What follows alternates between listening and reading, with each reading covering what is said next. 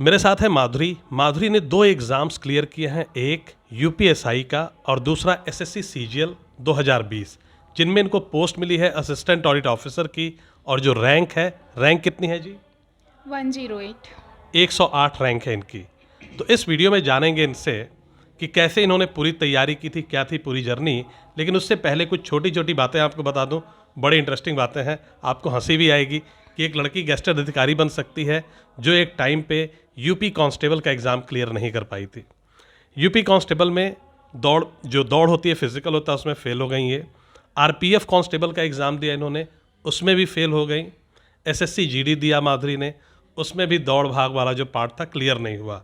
SSC CHSL 2019 वो भी नहीं हुआ। सीजीएल 2019 वो भी नहीं हुआ। तो लगातार असफलता असफलता असफलता। और उसके बाद जब इन्होंने क्लियर करना शुरू किया तो आपने देखा सारे वो जो जीडी वाले एग्ज़ाम थे कांस्टेबल, उसको छोड़ दो, आप सीधा यूपी में ये बनी एसआई सब इंस्पेक्टर। ठीक। और सीजीएल के थ्रू इन्होंने ली हाईएस्ट ग्रेड पे की जॉब, गेस्टेड ऑफिसर की जॉब, असिस्टेंट ऑडिट ऑफिसर।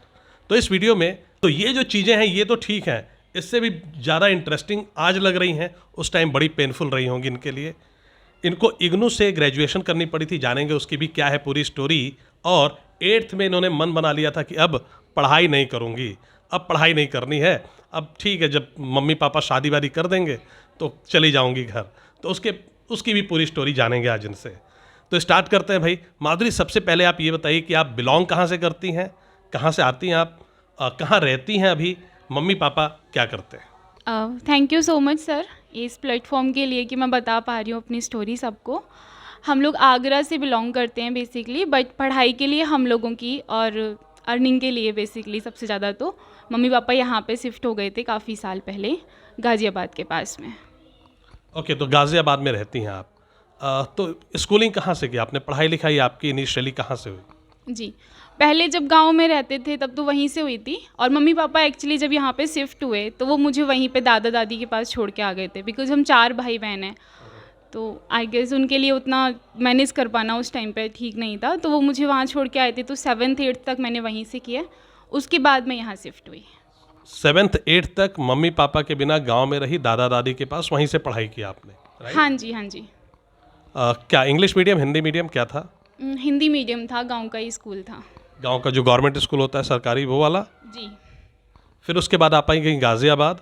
और 8th में तो फिर आपने बताया था मुझे कि यार आपको पढ़ने लिखने का मन नहीं कर रहा था, क्या कारण था वो सर? नहीं, एक्चुअली पढ़ने लिखने का मन था मेरा, पर उस टाइम पे मम्मी पापा की फाइनेंशियल कंडीशन इतनी अच्छी नहीं थी कि वो सबको पढ़ा पाएँ। तो उन्होंने सोचा कि मेरी 8th हो गई है, इनफ है, शादी कर देंगे, तो अब यहाँ से ड्रॉप करवा देते हैं इसको। तो कोई भी मम्मी पापा ये नहीं चाहता है कि बच्चे को पढ़ाई रुकवानी पड़े, मतलब इतनी ज़्यादा प्रॉब्लम्स थी घर पे, ऐसा कुछ था? हाँ, उतना ही था एक्चुअली। हम लोग रेंट पे रहते थे, तो रेंट भी देना है, खाने का भी देखना है। 2 सिस्टर थी मेरी छोटी, और पापा की सैलरी भी उतनी अच्छी नहीं थी। It was like 7-8,000। 7-8 हज़ार में पूरा 5-6 लोगों का परिवार तो बड़ा मुश्किल है। खैर, तो फिर 8th ऐसा क्या हुआ, फिर आपने कैसे पढ़ाई करने की सोची? हाँ, तो मतलब मैं ऐसे रोती रहती थी कि पढ़ना है ऐसे करके। तो एक बार मम्मी किसी और का एडमिशन करवाने किसी पड़ोसी के साथ जा रही थी। मैंने बोला कि बस मुझे लेके चलो अपने साथ, मुझे जाना है, मैं रोऊंगी नहीं वहाँ जाके कि मेरा भी एडमिशन करवा दो। तो हम लोग वहाँ पे गए, एंड वहाँ जो प्रिंसिपल सर थे वो मुझसे जस्ट ऐसी बात करने लग गए नॉर्मली। पता नहीं उनको क्या, एक मैं कहूँगी वो जो भी है मेरे लिए भगवान ही थे। तो उन्होंने फिर मम्मी से ऐसा कहा कि इस बच्ची को आप ज़रूर पढ़ाओ, आपकी फ़ीस नहीं दोगे, मैं फ़ीस दूंगा, ये मेरी बेटी की तरह है। तो आगे उन्होंने पढ़ाया फिर। अच्छा, मतलब उन्होंने आपकी मंथली फीस भरते रहे? किस क्लास तक? 12th क्लास तक, फिर उसके बाद उन्होंने ही पढ़ाया। 11th के बाद मैंने अपनी हाफ़ फ़ीस पे करना स्टार्ट कर दिया था, क्योंकि मैंने ट्यूशन्स देना स्टार्ट कर दिया था बच्चों को। 11वीं के बाद ही आप पढ़ाने लगी आप? ओके, ठीक है। तो ये तो बड़ी ही स्ट्रेसफुल, मतलब फाइनेंशियल कंडीशन रही जिससे जूझती रही आप। तो ग्रेजुएशन फिर कब किया, कैसे किया, किस में किया, और 12th में आपने कितना स्कोर किया, ग्रेजुएशन में कितना स्कोर किया?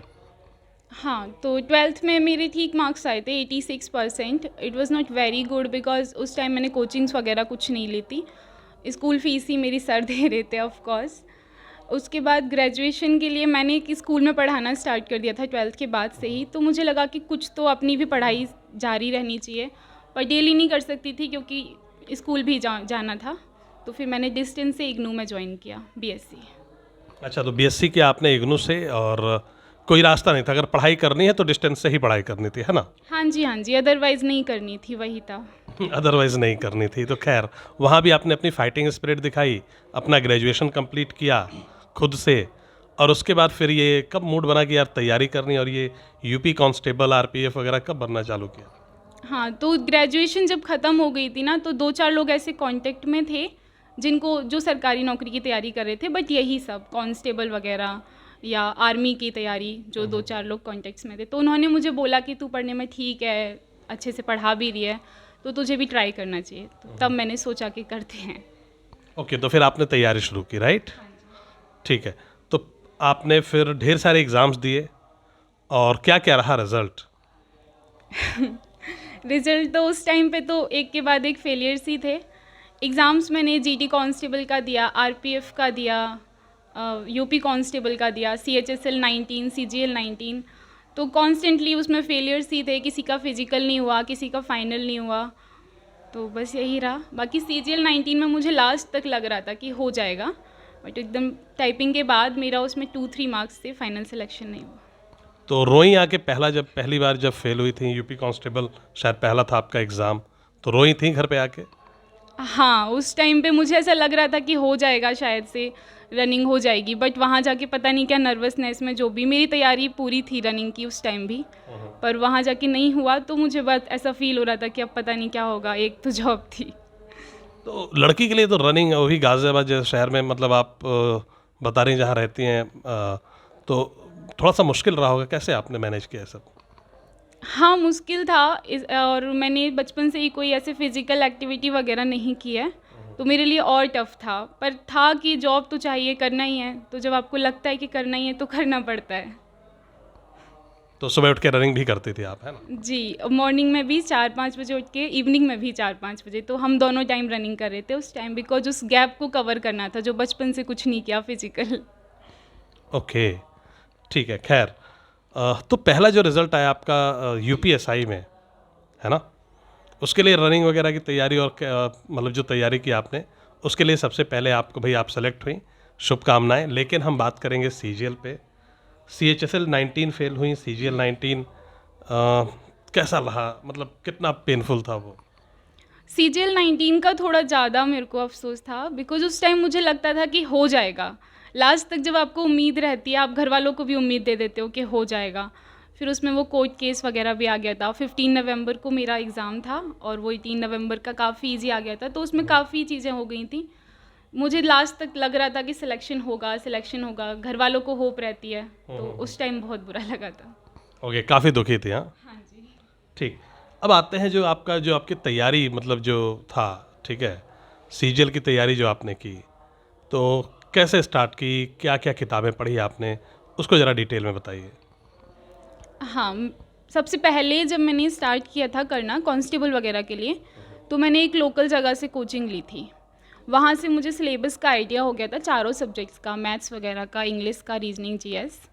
उसके बाद तो ये था कि प्रैक्टिस ही करनी है, बट कहाँ से करनी है वो आइडिया नहीं था, तो मैंने बहुत सारे अलग अलग यूट्यूब टीचर्स की वीडियोज़ देखी, उनको भी जहाँ से जो अच्छा लगा वो कवर किया। ऐसे मैं कोई स्पेसिफिक टीचर का नाम नहीं ले सकती, बिकॉज मैंने बहुत सारे सोर्सेज से किया उसको कवर। एंड उसके बाद फाइनली मैंने प्रैक्टिस के लिए पिनाकल को यूज़ किया। पिनाकल बुक की 2-3 बार मैंने उसको किया। Okay, maths, English, reasoning, GS सब में, राइट? हाँ हाँ, चारों में। बाकी इंग्लिश के लिए मैंने specially plinth to paramount book आती है नीतू मैम की, उसको मैंने 3-4 बार किया, और एसपी बक्सी और ब्लैक बुक की बुक से मैंने वो कैब को कवर किया।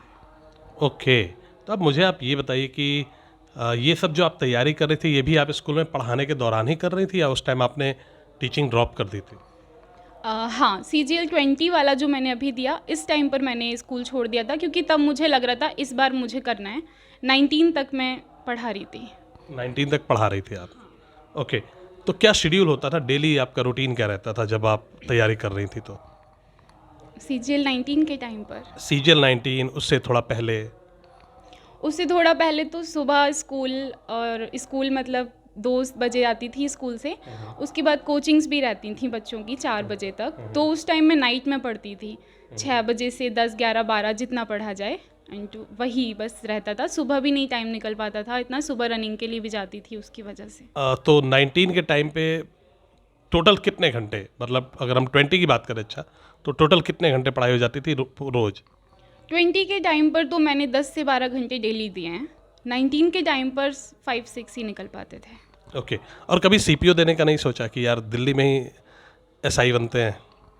हाँ, एक्चुअली उसका जो फिज़िकल है ना वो थोड़ा और टफ था, तो उसके बारे में मैंने सोचा ही नहीं, क्योंकि फ़िज़िकल में मैं बचपन से नहीं रही है। ओके। तो फाइनली बात करते हैं, थोड़ी सी डिटेल लाते हैं उस पर।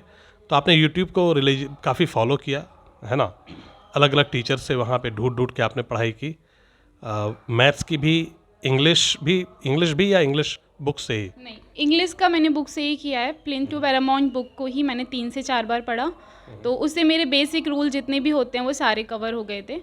उसके बाद आई गेस मैंने रिवीजन के टाइम पे 2-4 वीडियोस देखी होंगी, जैसे रानी मैम की एक वीडियो आती है, 120 रूल्स वाली एक बुक आती है, वो जस्ट रिवीजन के बेसिक पे देखा है, बाकी वो बुक से ही कवर हो गई थी। इंग्लिश ईजी आती है एसएससी एग्ज़ाम्स की अभी तक।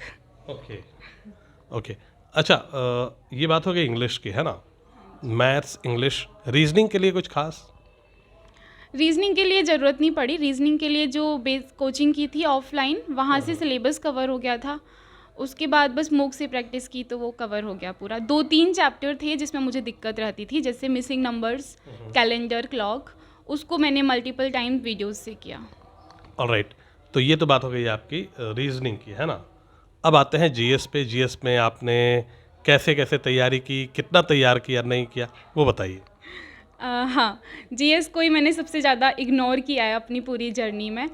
तो जीएस का मुझे लगता था कितना भी पढ़ लो नहीं होना है, तो इस तरीके से मैंने करीब वीडियोस भी देखी, स्टडी आईक्यू की वीडियोस से मैंने करंट को कवर किया, और एक बुक थी जो ऑफलाइन कोचिंग से ही मिली थी, उससे मैंने हिस्ट्री ज्योग्राफी वाले सिलेबस को थोड़ा पढ़ा। उसमें मेरा स्कोर भी कम था। ओके, स्कोर कम था उसमें, हाँ? हाँ जी। ऑलराइट, ठीक है।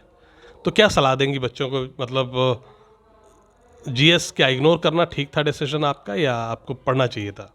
नहीं, जीएस को तो बहुत ज़्यादा पढ़ना चाहिए था, बिकॉज जो बच्चे जीएस प्री में करते हैं लीड उनको मिलती थी पहले, और इस बार अगर हम 22 वालों की बात करें तो जीएस ही सबसे ज़्यादा आई गेस रोल प्ले करेगा इम्पॉर्टेंट, तो जीएस को बिल्कुल इग्नोर नहीं करना है। अब तो जीएस बिल्कुल भी इग्नोर नहीं कर सकते आप, है ना?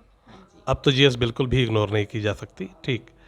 तो माधुरी, जो डबल एओ में अकाउंट्स एंड फाइनेंस का जो पेपर है, 4th पेपर, उसकी तैयारी आपने कैसे की थी? ऑब्वियसली मुझे पता है कैसे की थी, लेकिन मैं आपसे सुनना चाहता हूँ। हाँ जी सर मेरा क्योंकि साइंस का बैकग्राउंड था, पीसीएम से मैंने बीएससी की थी, तो मुझे हमेशा लगता था कि अकाउंट्स का पेपर नहीं हो पाएगा, तो लास्ट तक मैं उसको इग्नोर करी थी कि नहीं हो पाएगा नहीं हो पाएगा। फिर 1 मंथ पहले ही प्री के रिजल्ट के बाद, एग्ज़ाम के जस्ट बाद ही मुझे पता चला कि तेज प्रताप सर के बारे में, अपने कुछ फ्रेंड्स से, एक्चुअली हमारा एक सर्कल था साथ में, हम लोग प्रिपरेशन करते थे, तो उन लोगों ने बताया कि आप 15-20 दिन देख के देखो, अगर होगा तो होगा, नहीं होगा तो नहीं होगा। स्टार्टिंग मैंने ऐसे ही की थी कि देखना है, करना है, क्लासेस जब मैंने लेना स्टार्ट की, बट 2-3 क्लास के बाद मेरा इंटरेस्ट बन गया। मतलब मुझे लगता है कि एक नॉन कॉमर्स बैकग्राउंड से जो बच्चा आता है उसके लिए वो वीडियोस एकदम पैनेसिया हैं, उनको देखने के बाद ना आपको अंडरस्टैंडिंग डेवलप होने लगती है, जितने सिंपल तरीके से, जैसे सर आप बताते हो, आप वैसे एग्जांपल देते हो शॉपकीपर्स के, मतलब बहुत ही कॉम्प्लेक्स वाले टर्म्स होते हैं ना, उनको आप बहुत इजीली करके जैसे बताते हो, तो मुझे धीरे धीरे चीज़ें समझ आने लगी, और उसके बाद फिर मैंने लिखना भी शुरू कर दिया। स्टार्टिंग मेरी ऐसे थी कि बस देखना है, लेकिन जब समझ आने लगा तो फिर मैंने नोट किए सारे, और करीब 20-25 दिन ही मैंने पढ़ाई की, उसी से ही क्लियर हो गया। काफ़ी मज़ा आ रहा है अपनी पढ़ाई सुन के। ठीक है, खैर, thanks a lot for that. In fact अभी भी जब मुझे कोई पूछता है तो मुझे दूसरा सोर्स पता ही नहीं है, मुझे एक ही चीज़ पता है डबल ओ के लिए कि तेज प्रताप सर हैं कोई, वो पढ़ाते हैं, उनका जाके देख लो, तुम सीख जाओगे। मतलब मैं वैसे भी रिकमेंड करूँगी कि अगर कोई अलग से आता है, अलग बैकग्राउंड से आता है, जिसको लगता है कि नहीं कर सकता, कॉमर्स वालों के लिए शायद वो टर्म्स बहुत ईजी होते हैं, लेकिन हमारे लिए बहुत नहीं होते, हम फैमिलियर नहीं होते उन सब वर्ड्स से, तो मुझे लगता है कि अगर उसको ऐसा लग रहा है कि नहीं हो पाएगा तो ऐसा नहीं है, आराम से होगा, और 20 से 25 दिन में भी हो जाता है। अगर आप 2-3 महीने अगर कंसिस्टेंट रहते हो तो शायद बहुत अच्छा हो जाएगा। Great, thank you, thanks a lot. I am really happy that you praised my course a lot. धन्यवाद बहुत बहुत आपको। कुछ स्पेशल सजेशंस आप देना चाहेंगी, या जो प्रॉब्लम्स आप जूझ के आप मतलब आपने एग्ज़ाम क्लियर कर दिया, एक टाइम था आप 8th के बाद ड्रॉप करने की, मतलब ऐसी सिचुएशन बन गई थी और फिर आपने ये सारा कुछ किया, तो बहुत इजी तो नहीं रहा होगा, आपको भी लगता होगा कि शायद ये चीज़ें अचीव नहीं हो पाती होंगी कभी, तो क्या था वो, मतलब एक बच्चे का जो डर होता है वो, उसके बारे में थोड़ा बताइए। हाँ, स्टार्टिंग में तो मुझे लगता था कि सीजीएल जैसा एग्ज़ाम बहुत बड़ा एग्ज़ाम है, तो कभी क्लियर ही नहीं हो सकता हमसे तो स्टार्टिंग मैंने की भी वहाँ से थी, कांस्टेबल वगैरह से। पर वो मुझे लगता है कि एक तरीके से मेरा ड्रॉबैक भी रहा है कि मैंने 4-5 चीज़ों को टाइम दिया। तो मुझे लगता है अगर आपको स्टार्टिंग से है ना आपके माइंड में, अगर आपको थोड़ा भी डर है कि नहीं हो पाएगा, तो ये सोचो हो जाएगा और एक ही एग्ज़ाम पे फोकस करो बहुत अच्छे से, पूरे मन से, तो शायद आप बहुत अच्छा कर सकते हो। Okay, right. तो ये था एक बहुत ही इम्पॉर्टेंट पॉइंट कि आप एक ही एग्ज़ाम पे फोकस करिए। और दूसरी चीज़ मैं ये जानना चाहूँगा, आपने मॉक्स वगैरह कौन से यूज़ किए? हाँ, मोक्स मैंने मेन तो टेक्स्ट बुक वाले किए थे। उसके अलावा एक आता था एसएससी ट्यूब का, वो वीकली आता था, उसको आई गेस सभी देते थे, तो वो मैंने आई गेस 30-35 मोक्स लगाए थे। उसके अलावा टेक्स्ट बुक के 20 मोक्स लगाए थे मैथ्स के लिए। तो मॉक्स आपने लगाए थे 50-55 मॉक्स, है ना? ये मेंस के? हाँ, मेंस के। प्री के तो 20-25 लगाए थे बस। मतलब बहुत ज़्यादा मॉक्स नहीं लगाए आप। आपको लगता है कि आपको और ज़्यादा लगाना चाहिए था? हाँ, मुझे लगता है कि जितने ज़्यादा मोक्स लगाते हैं ना, उतना ज़्यादा आपका डर निकल जाता है। बिकॉज़ मोक्स में मेरा स्कोर जनरली इस बार भी मैथ्स में 180, 189 ऐसे रहता था, लेकिन एग्ज़ाम में नहीं आया, क्योंकि एग्ज़ाम में आप वो प्रेशर भी हैंडल नहीं कर पाते हो, तो उसके लिए जितने ज़्यादा मोक्स दोगे ना, उतना ज़्यादा आप कंफर्टेबल हो जाते हो इन्वायरमेंट से, क्वेश्चन से, टाइमिंग्स आपकी अच्छी आने लगती हैं उस चीज़ से। ओके, तो मॉक भी एक बड़ा इंपॉर्टेंट रोल प्ले करता है एग्जाम बहुत ज़्यादा। सक्सेस में। हाँ जी। अच्छा, एक बात है कि भाई आपका थोड़ा सा जो रूटीन था बहुत ही स्मूथ नहीं रहा, आपको स्कूल में भी पढ़ाना भी था, फिर पढ़ाने से ये भी होता है कि बच्चों की कॉपियाँ भी चेक करनी है, बच्चों के एग्ज़ाम्स भी आ रहे हैं, ठीक है? उनके पेपर भी घर लाके बनाने पड़ते हैं, उनकी कॉपीज़ घर लाके चेक करनी पड़ती हैं। तो कंटिन्यूटी आप कितना मेंटेन कर पाएँ? क्या पढ़ाइयाँ ब्रेक भी होती थी बीच बीच में, या आप कंसिस्टेंट रहीं कि भले ही मुझे 2 घंटा भी मैं डेली निकालूंगी, ऐसा कुछ? नहीं, ऐसा होता है, ऐसा आई गेस हर स्टूडेंट के साथ होता है कि बीच में ब्रेक्स आते हैं, बीच में आपको लगता है कि 2-4 दिन नहीं मन लग रहा, नहीं मन लग रहा, लेकिन फिर 2-4 दिन बाद गिल्ट आने लगता है कि इतने दिन से पढ़ाई नहीं की है, तो उसके बाद फिर वापस आप स्टार्ट करने लगते हो। तो मुझे लगता है कि वो गिल्ट है ना, वो थोड़ा जल्दी आ जाना चाहिए। ज़्यादा टाइम मत लो उसमें। एक तो गिल्ट की बात है, दूसरा जो आपका रूटीन था तो वो भी आपको कभी कभी नहीं पढ़ने देता होगा, तो कितने फ्रीक्वेंट ब्रेक्स लेती थी आप, या मतलब बहुत ही कंसिस्टेंट थी? नहीं, नहीं, 2-3 घंटे तो मेरे को उस टाइम निकालने ही होते थे, क्योंकि उस टाइम मुझे दिख रहा था कि मुझे करना है, स्कूल से निकलना है। जब आप वहाँ जाते हो ना, आपको समझ आता है कि ये ख़राब है ये लाइफ, निकलना है यहाँ से। तो उस टाइम पे तो कंसिस्टेंट थी। ओके, उस टाइम कंसिस्टेंट थी आप। Good. Okay, all right. So हमने एक तो कंसिस्टेंसी पे बात की। कंसिस्टेंसी कितना आपको लगता है कितनी ज़रूरी है? बहुत ज़्यादा ज़रूरी है, क्योंकि आप 4 दिन भी नहीं पढ़ते हो ना, तो आपको ऐसा लगने लगता है कि आप सब भूलते जा रहे हो। और वो जो एक फीलिंग होती है ना, वो आपको एक तरीके से, आप, मैं बोलूँगी कि निराशा की तरफ लेके जाती है। आपको ऐसा लगता है कि अब कर नहीं पाओगे, कर नहीं पाओगे। तो जैसे ही आपको लगने लग जाए ना कि अब ऐसा लग रहा है नहीं कर पाओगे, उसी दिन से पढ़ना शुरू कर दो। क्योंकि भूलते नहीं हैं हम, पर हमें लगने लगता है कि जैसे सब भूल गए हैं। तो एक जैसे आपने अभी कहा कि लगता है कर नहीं पाएंगे, तो एक होता है कि हम कितने भी अच्छे स्टूडेंट हों, पॉजिटिविटी और नेगेटिविटी के बीच में भी हम जूझते रहते हैं। कई बार बड़ा ही नेगेटिव एकदम माइंडसेट हो जाता है, कई बार पॉजिटिव रहता है, तो फिर कैसे मैनेज किया आपने उसको? मेरा तो जैसे कांस्टेबल का जिस टाइम रनिंग नहीं हुई थी, उस टाइम मुझे लग रहा था ये जॉब लग जाएगी, लाइफ सेट हो जाएगी। क्या बात है, मतलब कांस्टेबल बन के लाइफ एकदम सेट? हाँ, हाँ, उस टाइम वही लगता था कि बहुत ज़्यादा हो जाएगा। उस टाइम जब नहीं हुआ, तब मैं बहुत रोई भी थी, और 1-2 महीने मैंने पढ़ाई भी नहीं की बिल्कुल भी। पर फिर लगा कि इतना जो मैंने पीछे से किया है मेहनत, वो सब वेस्ट चली जाएगी अगर मैं यहाँ पे जाके छोड़ देती हूँ।